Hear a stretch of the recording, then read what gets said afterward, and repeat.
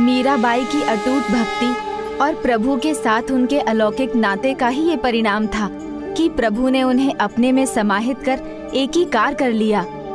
हाँ गजानन, प्रभु भजन में ही उनकी आत्मा बसती थी और वही आत्मा प्रभु की ही हो गई।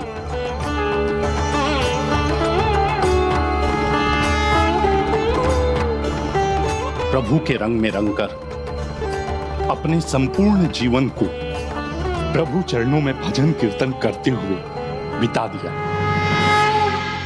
कैलाश में मैं भी अपने आराध्य की भक्ति में ऐसे ही रमा रहता था, उनका ही भजन गाता था। किंतु अब देखिए ना गजानन, मैं अपनी भूल के कारण किस अवस्था में पहुंच गया। किंतु अब मैं समझ गया, प्रभु भक्ति अगर हृदय में हो तो किसी और विचार का वहां घर करना असंभव होता है। यही है भक्ति का वास्तविक अर्थ, उसका वास्तविक मर्म। मैं भी अपने महादेव से ऐसा ही नाता रखना चाहता हूं। मेरे पास भी अगर एक तारा होता गजानन, तो मैं भी उनका नाम लेकर पग में घुंघरू बांधकर मीरा की भांति उनका भजन गाता, उनकी धुन में मगन होकर नाचता।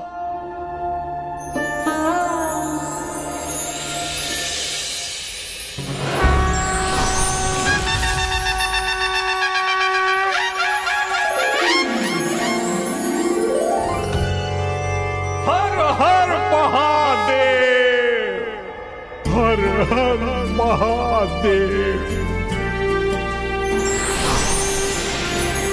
गणपति बप्पा, गणपति बप्पा।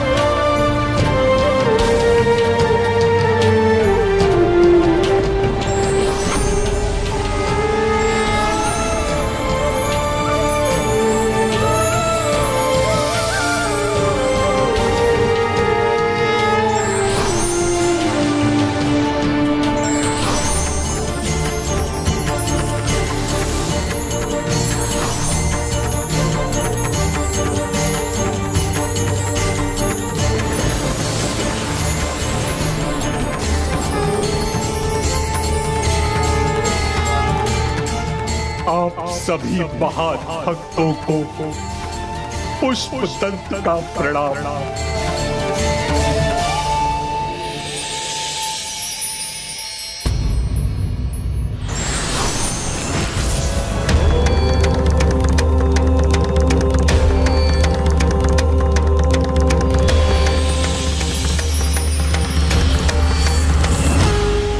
मैं आज कैलाश में होता और श्राप से ग्रसित नहीं होता तो प्रभु के सामने ये भजन गाता। पुष्पदंत जी, आपकी मनोकामना तो पूर्ण हो गई। आप शाप से मुक्त हैं। आपने ध्यान नहीं दिया, पर आप तो अपने मूल स्वरूप में आ चुके हैं।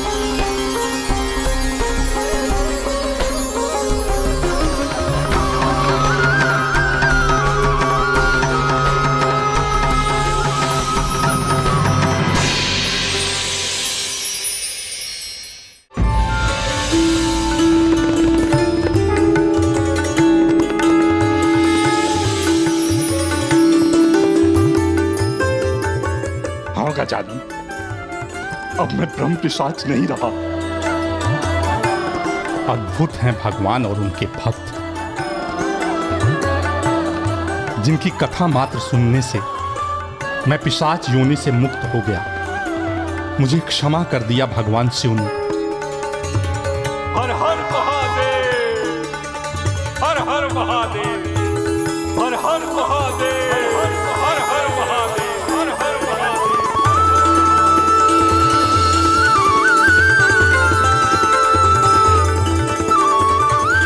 प्रिय, तुम्हारे ही कारण गजानन ने मुझ पर ये कृपा की।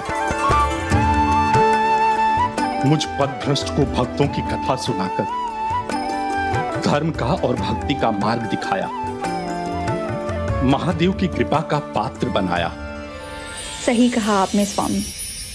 हम पर पार्वती नंदन श्री विघ्नहर्ता, विघ्नों के हर्ता, मंगलकर्ता की कृपा है।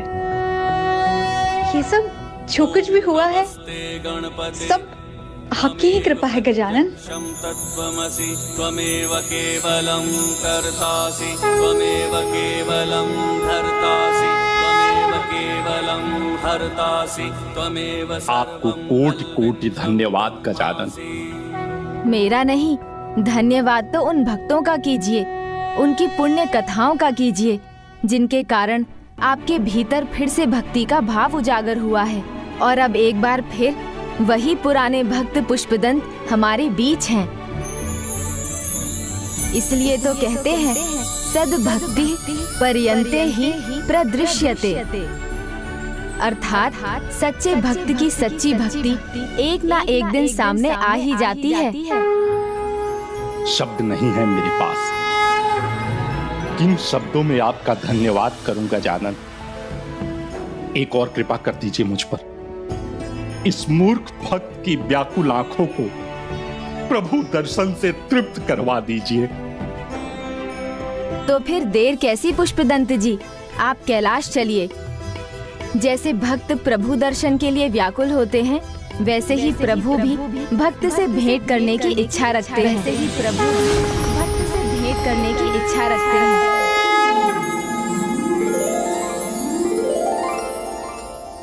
प्रभु, जितने व्याकुल आप सभी हैं, उससे कहीं अधिक व्याकुल तो मैं हूँ।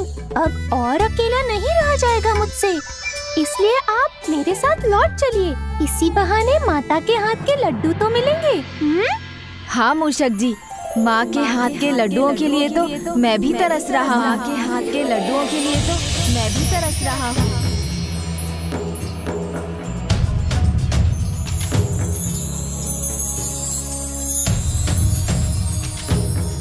आज लड्डू बनेंगे। लड्डू? माता, किंतु आज तो कोई उत्सव नहीं। आज का दिन मेरे लिए किसी उत्सव से कम नहीं। अब एक पल का भी विलंब किए बिना हमें चलना चाहिए।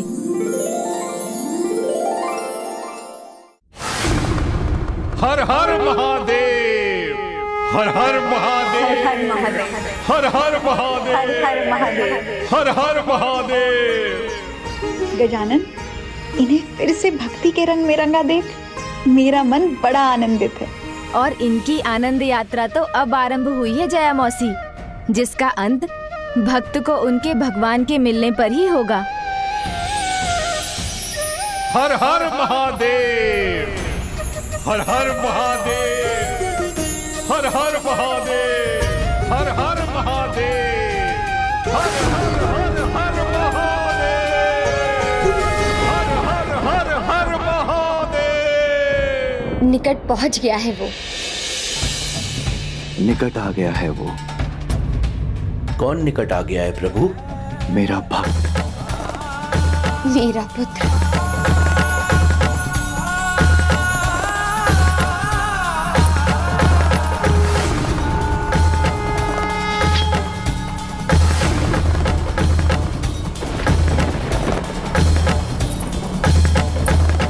अरे माता पार्वती और महादेव इतनी तीव्र गति से जा रहे हैं, आश्चर्य है।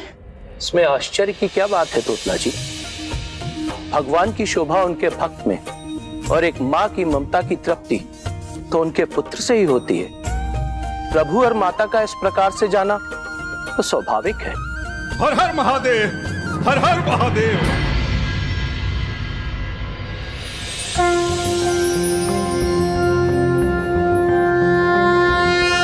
ओम नमस्ते देवेशाय सुरासुर नमस्कृताय भूत भव्य महादेवाय हरित पिंगल लोचनाय बलाय बुद्धिरूपिणे वैयाघ्रव संचदायारणयाय ओम नमो नमः। मेरे प्रभु महादेव मुझसे मिलने, मेरा स्वागत करने स्वयं चले आ रहे। परंतु क्यों? ये तो उसी भक्ति का फल है पुष्पदंत जी, जिसे समझकर आप अभी लौट रहे हैं। और देखिए, दूसरी ओर है माता की ममता।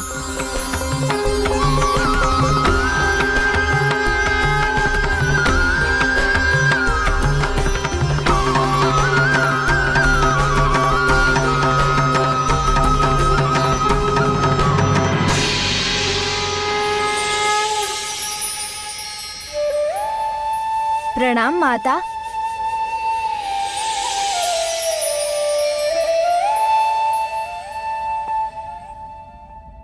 उठो पुष्पदंत।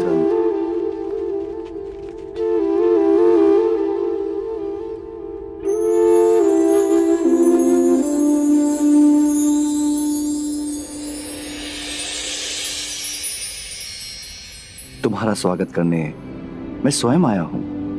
तुम्हारा स्थान यहाँ नहीं, मेरे हृदय में है। प्रभु, आप दया निधान हैं, कृपालु हैं मुझ पापी के लिए, जिसने आपके विश्वास को भंग करने का पाप किया, उसे आप स्वयं लेने आए हैं। आपका श्राप मेरे लिए वरदान बन गया प्रभु, तभी तो मैं इतने सारे भक्तों का परिचय पा सका, उनकी भक्ति के तत्वों को समझ सका। कर्म का फल अवश्य मिलता है, यही न्याय भी है और धर्म भी, जिसका पालन हम तो देव भी करते हैं। एक भूल के कारण शाप मिला तो भक्त कथा सुनने का फल यह है कि मैं स्वयं तुम्हारे सामने खड़ा हूं। तुमने पिशाच होते हुए भी अपनी प्रवृत्ति के विपरीत जाकर भक्तों की कथाएं सुनी।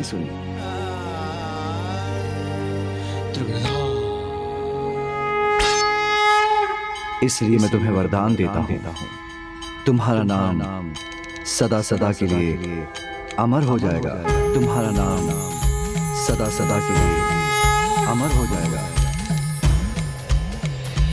कोटि कोटि धन्यवाद प्रभु, कोटि कोटि धन्यवाद।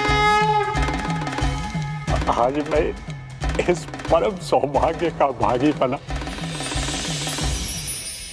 इसका श्रेय केवल और केवल गणेश जी को जाता।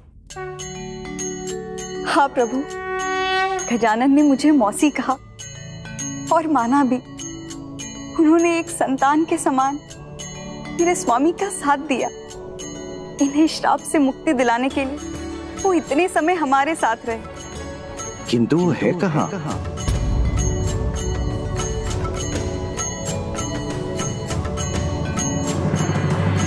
शायद उन्हें भूत लगी हो तो भोजन तलने गए होंगे। धोत्रा जी कह रहे हैं भूख लगी होगी तो भोजन करने चले गए।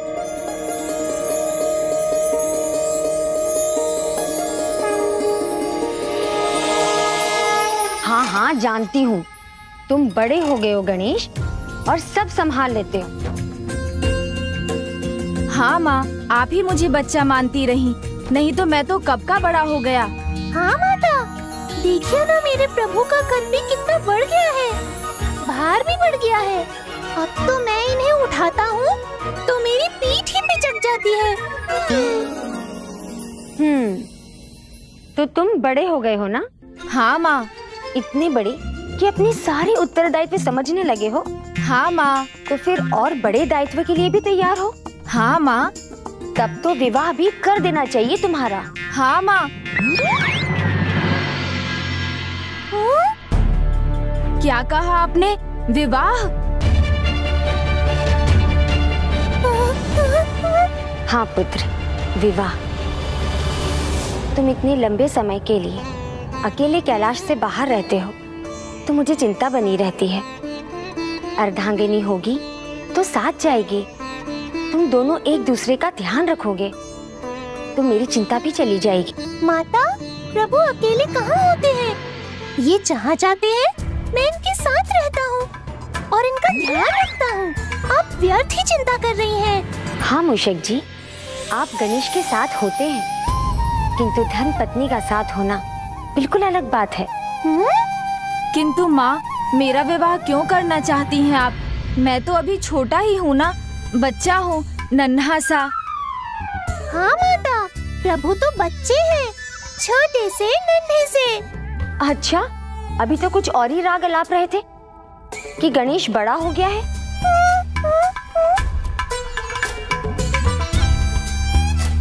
क्यों गणेश?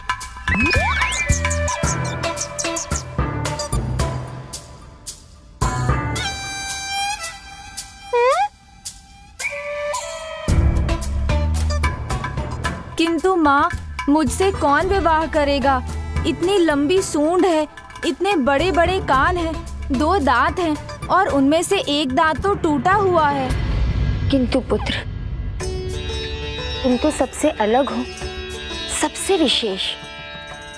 तुम जैसे हो वैसे ही बहुत सुंदर हो पुत्र। और रही बात विवाह की, तो वो बात तो हो चुकी है। क्या? कब? कहाँ? किसके साथ? देव शिल्पी विश्वकर्मा जी से इसके बारे में चर्चा हो चुकी है। वो शीघ्र ही अपनी दोनों पुत्रियों के साथ तुम्हें भेंट करने आते ही होंगे पुत्र।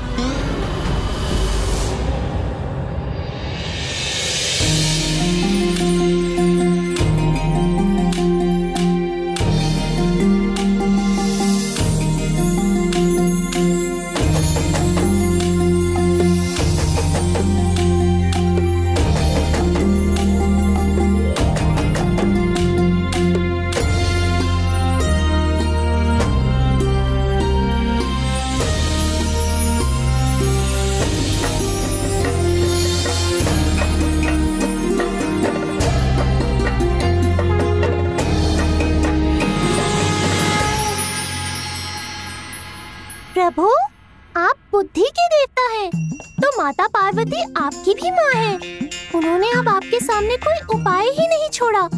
सारी तैयारियां कर चुकी है। अब मेरी मानिए तो कोई अच्छा सा बहाना बनाइए और निकल चलिए यहाँ से।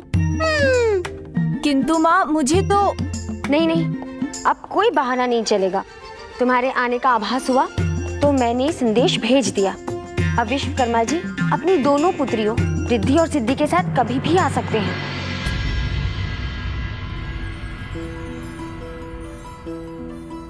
पुत्रियों, तुम दोनों अभी तक तैयार नहीं हुई? सिद्धि को अपना कार्य सिद्ध करने में देरी नहीं होती पिताश्री। देखिए, मैं तैयार हूँ। देर तो रिद्धि से हो रही है।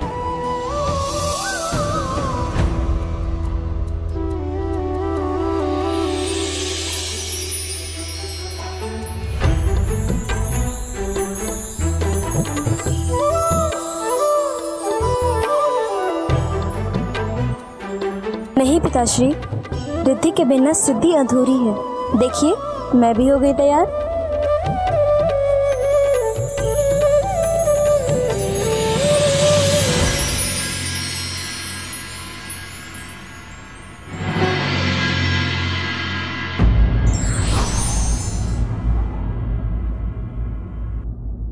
भक्ति वो तपस्या है जिसमें व्यक्ति डूब जाए तो ईश्वर भी उसकी सभी त्रुटियों को क्षमा कर देते हैं। For more updates, subscribe to our channel, click the show links and enjoy watching the videos.